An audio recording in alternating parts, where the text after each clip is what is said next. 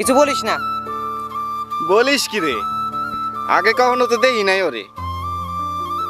আরে ও গ্রামে থাকতো না, ওর খালার কোনো ছেলেমেয়ে নাই তো, তাই ওর খালা ওরে পালতো। কি দাঁড়াইছেন কেন? কাজ করেন।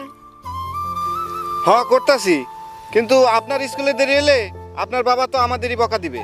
যান। ওই শোন বন্ডি, তুই এখান থেকে যা, চেয়ারম্যান চাচা দেখলে সমস্যা আছে।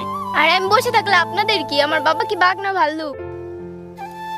আচ্ছা থাকেন বসে, এই কাজ কর।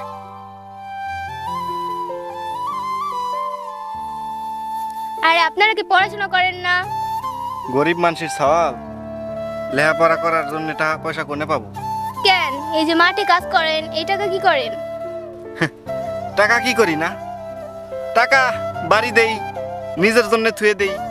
এই নিজের জন্য কম খরচ করলেও তো পারেন। এত প্রশ্ন করেন কেন? আপনি থামেন।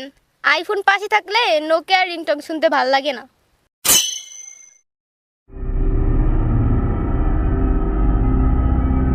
কি রে, তোরা দুজন স্কুল